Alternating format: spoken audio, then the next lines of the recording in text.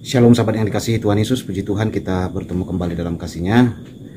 Dengan ditetapkannya Mr. M sebagai seorang penista agama, dan akhirnya menurut media yang kita baca, akhirnya Mr. M ditangkoi sahabat.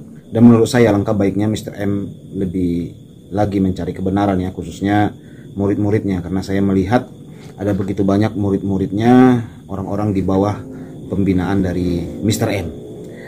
Jadi semua pertanyaan-pertanyaan Mr. M tersebut menurut saya akan bisa terjawab ketika Mr. M lebih sungguh lagi mencari kebenaran itu. Saran saya, ini saran saya saja ya, lebih baiklah mencari jalan kebenaran. Dan jalan kebenaran itu adalah Tuhan Yesus. Karena begini ya saudara yang terkasih, dipaksakan pun tidak akan ada Trinitas di saudara kita umat muslim. Itu udah pasti dianggap penistaan sahabat. Ya meskipun ada nahnu atau ahad di dalam Al-Quran, itu tetap tidak bisa dikatakan Trinitas. Ya ada kami dan ada aku kan gitu ya. Karena dalam beberapa video Mr. M saya lihat dia menganggap Tuhannya itu Trinitas juga sahabat. Karena ada nahnu dan ada saya juga, pernyataan pribadi Allah ya. Dan semua pertanyaan-pertanyaan yang dilontarkan oleh Mr. M itu menurut saya ada jawabannya di Tuhan orang Kristen. Mr. M juga pernah berkata ya, di mana Allah itu. Nah kalau memang Allah itu ada ya, mana buktinya kan gitu ya, sehingga dianggap penistaan agama. Sebenarnya pertanyaan hal seperti itu kalau di kekristenan bukanlah sebuah penistaan agama. Pertanyaan tersebut adalah pertanyaan yang sangat wajar dan menurut saya sangat berlogika. Karena sebagai orang yang percaya ya, orang yang beriman itu sudah sepantasnya bertanya hal seperti itu. Kita tidak mungkin mengimani atau mempercayai Tuhan yang katanya ya adalah di sana di sini, dia pencipta ini dan itu ya. Kalau hanya begitu saja saudaraku, penyembah berhala pun percaya bahwa berhalanya menciptakan langit dan bumi, dan penyembah-penyembah Tuhan-Tuhan yang lain juga percaya hal-hal seperti itu. Tetapi mereka tidak mampu membuktikan bahwa Tuhannya itu benar-benar pernah melakukan sesuatu kepada umatnya, pernah hadir, pernah bersama-sama dengan manusia dan melakukan banyak hal kepada manusia.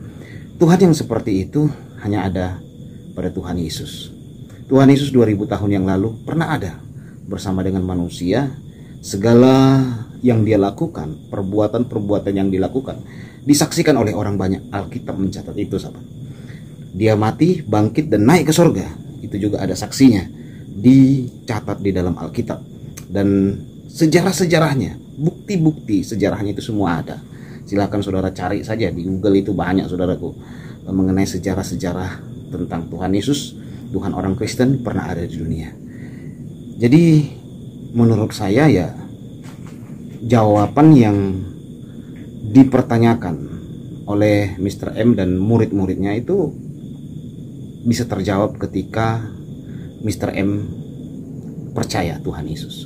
Saya bukan bermaksud untuk mengajak pindah agama saudaraku ya, karena dengan percaya Tuhan Yesus saudara belum bisa dikatakan pindah agama gitu. Nah, percaya Tuhan Yesus, mengimani Tuhan Yesus dan menerima Yesus Kristus sebagai Tuhan dan Juru Selamat bukan pindah agama, karena Tuhan Yesus juga tidak pernah membawa agama, nggak pernah. Dan Tuhan Yesus bukanlah sebuah agama, tetapi tentang keselamatan dan kasih karunia. Saya melihat beberapa video dan pertanyaan-pertanyaan yang dilontarkan yang dianggap penistaan agama itu ya di kepercayaan kita, bukanlah sebuah penistaan agama. Jadi menurut saya lebih baguslah percaya Tuhan Yesus. Nah kalau di Kristen pun suatu saat Mr. M ingin menguji dan melontarkan sesuatu, Anda tidak akan dipenjara. Baik itu murid-muridnya pun tidak akan dipenjara. Lihat di Kristen, ada juga kok ajaran-ajaran yang menyimpang gitu, tapi tidak dipenjarakan. Ya, contoh saksi Jehovah, mereka menyebut diri mereka adalah Kristen, sementara mereka menolak Yesus Kristus sebagai Tuhan. Ya, tetapi kita orang Kristen nggak pernah tuh baperan langsung tangkap penjarakan mereka. Seperti ajaran-ajaran lain, Mormon dan yang banyak lagi saudaraku, ajaran-ajaran begitu, nggak pernah kita langsung laporkan penjarakan. Namanya sebuah kepercayaan, sudah sepantasnya diuji. Seorang rasul, nabi pantas diuji sahabat, dan kita nggak boleh baper itu. Kalau dia menyatakan dirinya rasul, nabi, ya sangat pantas diuji. Kalau di Kristen, ini kalau di Kristen ya, ya sekalipun ujian itu menyakitkan, ya tidak apa-apa. Biar kebenaran yang membukakan semua. Nah, seperti banyak orang yang menguji kerasulan Rasul Petrus, nggak pernah baper kita. Rasul Paulus, nggak pernah baper. Rasul Yohanes diuji, nggak pernah baper. Tetapi kebenaran itu tetap berada dalam posisi kebenaran. Nggak pernah sebuah kebenaran itu jadi tidak benar, sahabat. Tidak mungkin. Kebenaran itu sebuah hak paten yang sudah pasti benar. Jadi nggak pernah tuh kita laporkan dan PGI atau pendeta atau kita orang Kristen demo terus ngamuk-ngamuk laporkan orang, nggak pernah. Jadi dengan percaya kepada Yesus Kristus Tuhan, ya semua pertanyaan-pertanyaan yang dipertanyakan oleh Mr. N dan komunitas dan murid-muridnya, saya rasa jawabannya ada di Kristen. Gitu saudaraku yang terkasih ya. Jadi alangkah baiknya himbauan saja, terserah mau terima mau tidak, ya terserahkan, itu hak pribadi masing-masing. Daripada Anda dipenjarakan, daripada Anda dianggap sesat karena menganut sebuah kepercayaan, di kepercayaan Anda sekarang dianggap menyimpang, ya lebih baguslah keluar dari situ. Ada banyak kok orang seperti itu, dianggap menyimpang akhirnya murtad. Itu akhirnya percaya Tuhan Yesus. Ada banyak loh dituduh menista karena menguji sesuatu di kepercayaannya dianggap penistaan, menyampaikan sebuah argumen di kepercayaannya sendiri dianggap penghinaan, akhirnya ujung-ujungnya murtad. Ada banyak kok. Jadi saya rasa carilah kebenaran dengan sungguh-sungguh. Ya kalau Mr. M mungkin tidak melihat video ini ya, kalau dia sekarang lagi terkena masalah hukum, tetapi murid-muridnya ada begitu banyak, kiranya bisa menonton video ini dan membukakan hati dan pikiran. Cari sumbernya semua. Siapa itu Yesus Kristus? Siapa itu Tuhan orang Kristen?